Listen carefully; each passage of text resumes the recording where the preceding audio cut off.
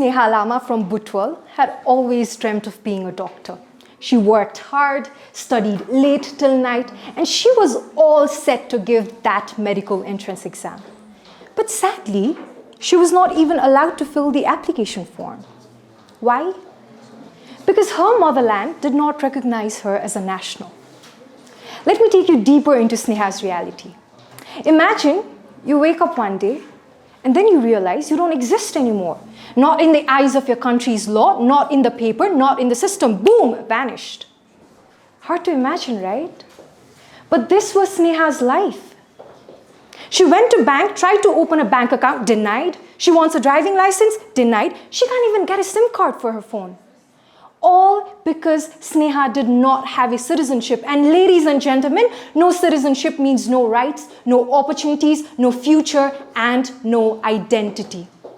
Without citizenship, one is deprived of higher education, formal jobs, traveling, financial security, and even something as simple as obtaining a SIM card. But this is a harsh reality of Sneha and thousands of other stateless people of our nation. I remember this one specific day, May 31st, 2023. Sneha called me and I could just sense that pure excitement and joy in her voice. It was the day our President Ramchandra Paudel finally certified that long-pending Citizenship Amendment Bill. The bill, which had been passed to the Parliament twice before, only be rejected both the times by our previous President.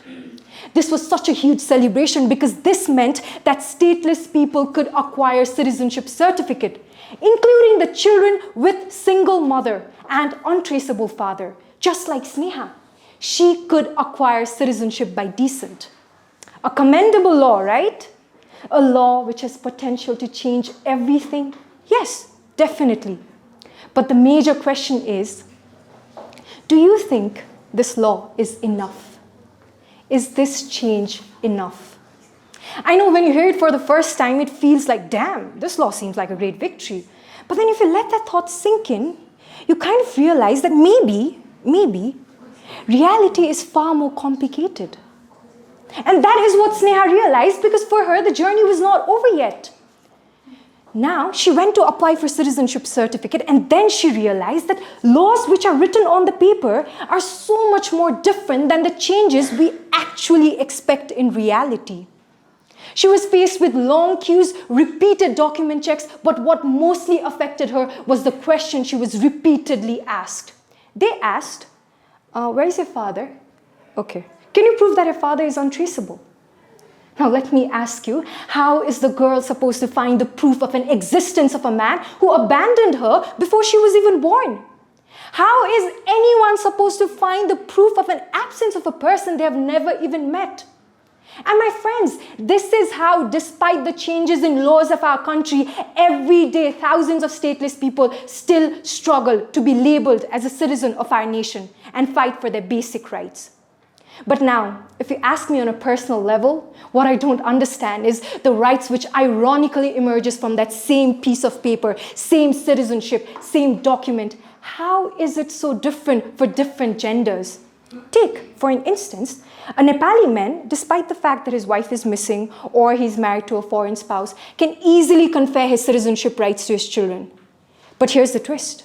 Suddenly, when it comes to a single Nepali mother, their child have to prove that their fathers are untraceable. Why is it that everyday women have to struggle to pass their identity rights to their own children? When will the countries end gender discrimination in national laws? Now, what do you think will be the consequences of such unequal laws? I'll tell you.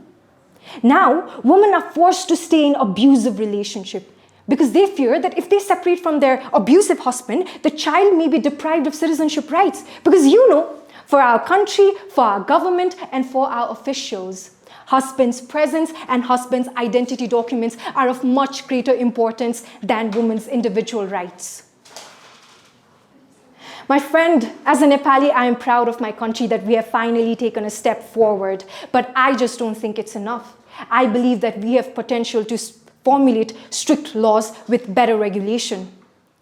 I believe that mother's identity should be enough to confer the citizenship rights to their children without having to prove that their fathers are untraceable. Once I read something and it stayed with me forever, and today I'd like to end my speech by asking you all that same question. आखिरमा आमाको देशमै किन होला है आमालाई नै दोस्रो दर्जा दिइने? But today I'm not just asking, I'm urging to demand an answer. Thank you so much.